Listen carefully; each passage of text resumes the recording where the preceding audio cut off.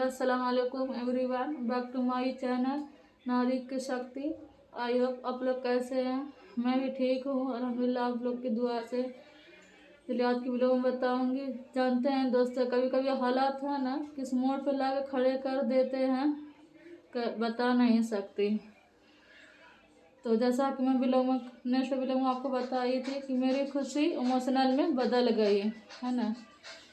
मैं दूसरी बार माँ बनने वाली थी, पर मेरे नसीब में नहीं था। जब मेरी थोड़ी तबीयत बिगड़ी तो मैं तुरंत बाजू में डॉक्टर के पास गई।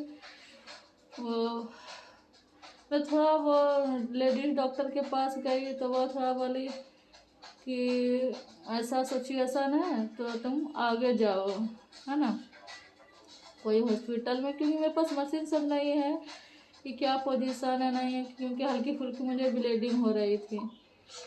तो मैं फिर वो बोला मेरे पास मशीन नहीं है कि मैं आला लगाऊं या फिर सोनोग्राफी करके चेक करूं क्या है नहीं है।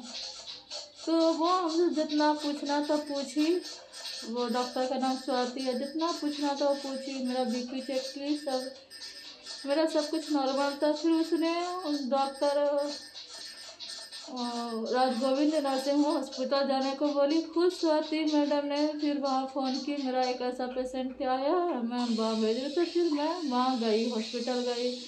तो वहाँ फिर फीस उस लगा। फिर मैं डॉक्टर का जो काम रहता है उसने सबसे पूछी क्या नहीं प्रॉब्लम, तो मैं सारे प्रॉब्लम बताई। फिर मतलब मैं इसलिए थोड़ा पर डर भी लग रही थी। मैं नहीं, मेरा दिल में थोड़ा लग रहा था मुझे अबॉर्शन की ज़रूरत नहीं पड़ जाए। बोलते ना ऐसा है दोस्तों, मेरे साथ ये होता है जब कुछ होने वाला रहता है ना, मेरे दिल में पहले से वहम आ जाती है मुझे। फिर मैंने बहुत कोशिश की कि चलो 3.5 साल का मेरा हो चुका है मेरा बेटा, दूसरी बार अल्लाह ताला ने दिया है तो मैं इसे होना नहीं चाहती। फिर मैं बहुत कोशिश की, मैं डॉक्टर से बोली, डॉक्टर बोली आप क्या करना चाहते हैं, अबॉर्शन करवाना चाहते हैं या फिर दवाई लेना चाहते हैं। मैं बोली कि मुझे अबॉर्शन नहीं करवाना, मुझे दवा लेना है, दवा के जरिए कंट्रोल हो जाए तो अच्छा है।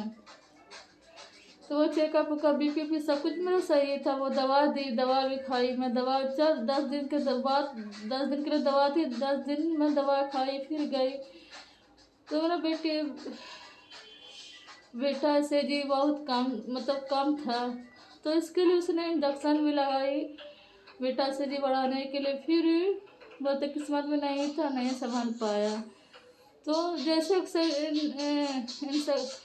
सर्जन लगा, इंजेक्शन लगा मुझे, जैसे मुझे इंजेक्शन लगा तो फिर मुझे ब्लीडिंग कंट्रोल नहीं हुई, थोड़ी बहुत होती ही रही। तो इंजेक्शन लगने के बाद मुझे मेरे कमर में बहुत, मेरे पैर में दर्द रहने लगा। ऐसे तो दर्द था ही कमर में भी, कमर के पीछे में, फिर जांघ में भी मेरा दर्द रहता था, तो बहुत दर्द रहने लगा। तो फिर मैं डॉक्टर से जाके बोली कि ऐसा ऐसा रेस्ट करो। तो मैं रेस्ट भी कर रही थी, मेरे शौहर ने बहुत केयर भी किया, बहुत हेल्प किया इन्हें कि वो बेचारा काम करते थे, घर का काम ही वही करते थे, मैं हल्की फुल्की से काम करती थी, मैं ज़्यादा रेस्ट करती थी, जैसे डॉक्टर बोली वैसे करती गई, ऐसा कि नहीं। फिर इंजेक्शन लगने के बाद पता है तो फिर मैं 5-6 दिन मैं थोड़ा सही रही, ऐसा कि नहीं, पर दर्द रहता था। दर्द तो जब से मैं प्रेग्नेंट हुई थी तब से मुझे मतलब पीछे कमर में दर्द बहुत ज़्यादा रहता था, फिर पेट के निचले हिस्से में बहुत ज़्यादा दर्द रहता था। यही सब प्रॉब्लम से मैं डॉक्टर के पास गई थी। तो फिर क्या हुआ, मतलब कि इंजेक्शन लगने के बाद मैं फिर वहाँ 5-6 दिन मतलब चौथा 5वां दिन मैं संडे को इंजेक्शन लगवाई। बुध के दिन ट्यूसडे को मतलब मेरा वो ब्लीडिंग बहुत ज़्यादा होने लगी। तो फिर मैं डॉक्टर के पास दौड़ती हुई गई मैं। तो डॉक्टर ने बोला कि इसको मतलब कि अबॉर्शन कराना ज़रूरी है, बच्चे का वो हार्ट बीट नहीं है, बच्चा खराब हो चुका है, मिसकैरेज हो गया। दोस्तों बहुत बहुत गम हुआ, मुझे बहुत गम हुआ, ऐसा कि नहीं। मेरा पैसा मतलब कि खर्चा होने का वो गम नहीं था, क्योंकि पता दोस्तों अबॉर्शन, मेरे पास अबॉर्शन कराने के लिए पैसे नहीं थे।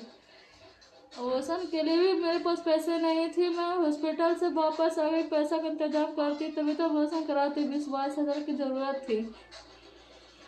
तो फिर मैंने घर आ गई। मैं सोची चलो सरकारी में जाके देखती हूँ। सरकारी हॉस्पिटल गई तो वहाँ 4-5 दिन का चक्कर लगता है। तो इसके लिए और मुझे डॉक्टर ने बोली कि आप जितना जल्दी हो सकता है उतना जल्दी ऑपरेशन करा लो, ना तो इन्फेक्शन फैल सकती है। तो इसके लिए मैंने वापस सरकारी हॉस्पिटल गई। तो वहाँ मुझे सरकारी हॉस्पिटल में मैं नेरुल गई, मीनाक्षी ठाकरे हॉस्पिटल। पता वहाँ 3-4 दिन लगते हैं। इसके लिए मुझे मतलब 1-2 दिन का था। तो मैं बाहर बोली हमको इमरजेंसी में करवाना, तो फिर वो नहीं 4-5 दिन तो लग ही जाएगा, यहाँ पे सब जांच होगा। तो इसके लिए मैं वापस आ गई। फिर फ्राइडे 29 अगस्त को मैंने फिर वहाँ से जुमेरात को गुरुवार को मैं आई। फिर पैसे का इंतजाम की। पर एक ऐसा मेरा दोस्त बनता है कि वो मुझे हमेशा हर बुरे वक्त में जब भी मुझसे हेल्प सोचती है कि मैं थोड़ा कर्ज के तौर पर पैसा रुपये चाह वो कर मेरे दोस्त है, वो मुझे कर देती है। ऐसा कि नहीं कभी भी ना नहीं बोली, कर देती है। तो वैसा ही हुआ। तो मैं उसको बोली ऐसा सब मेरे पास साथ प्रॉब्लम आ गई है। तो बोले ठीक है, मैं अपने हस्बैंड को बोलती हूँ। और उसका हस्बैंड भी मेरे दोस्त की तरह बात करता है। मैं दोनों को दोस्त मानती हूँ, ऐसा कि नहीं, मैं दोनों को दोस्त मानती हूँ। वो मेरा ऐसा दोस्ती है कि मुझे हर बुरे वक्त में मुझे संभाला। जितना मुझे अपना खून का रिश्ता, मैं तो खून का रिश्ता जरा भी नहीं मानती किसी वक्त मुझे संभाला हो, पर वो मुझे हर वक्त संभाला है। जब भी मैं किसी ज़रूरत के लिए मुंह खोलती हूँ कर्ज के तौर पे, तो वो ना कभी नहीं बोलते, दे देते, ऐसा नहीं। तो फिर मैं उसको बोला ठीक है पैसा तुमको मिल जाएगा। तो मैं बोली उसको बाद में दे दूँगी। तो बोला ठीक है तुम जब देना पर तुम अच्छी हो जाओ। तो इसके लिए वो मुझे कर दे दिया। फिर मैं फ्राइडे को सुबह एडमिट हुई हॉस्पिटल जाके। तो वहाँ मुझे ऑपरेशन हो गई 29 तारीख। मुझे बहुत खराब सा दिन था, क्या करूं। बहुत अफसोस हुआ। मैं बहुत खुश थी कि चलो मैं दूसरी बार माँ बनने वाले, पर क्या किस्मत को नहीं था। 29 अगस्त को मैं बहुत तकलीफ हुई मुझे। बस चलिए आज का वीडियो अब ऐसा लगा, मैं घर आ गई। फिर थोड़ा क्या करूं गम में। फिर मैं दिल को तसल्ली दे, हर किसी के साथ होता, क्या करूं। इसलिए बोलते हैं ना पैसा इंसान के लिए जरूरी, कभी कौन किस वक्त इंसान किस मोटे लगे खड़ा कर देता कोई नहीं जानता। बताइए दोस्तों ऑपरेशन के लिए मुझे पैसा नहीं था मेरे पास, तो मैं सरकारी हॉस्पिटल गई कि ताकि हो जाए, किसी से कर्ज लेने की ज़रूरत न पड़े। क्योंकि मेरी दवा तो चली रही थी, खर्चा थोड़ा हो तो 8-10 लाख खर्चा तो हो चुकी थी। तो इसके लिए मैं सोची चलो सरकारी मुझे इतना पैसा खर्चा होगा, एक बार कहाँ से लाऊं। तो बोलते हैं ना अल्लाह मदद करने वाला, अल्लाह ताला को ना कोई जरिया लगा ही देता है। बस मुझे जरिया लगा दे, मेरे दोस्त ने मुझे रुपये का, जो मेरे दोस्त थे बहुत अच्छे।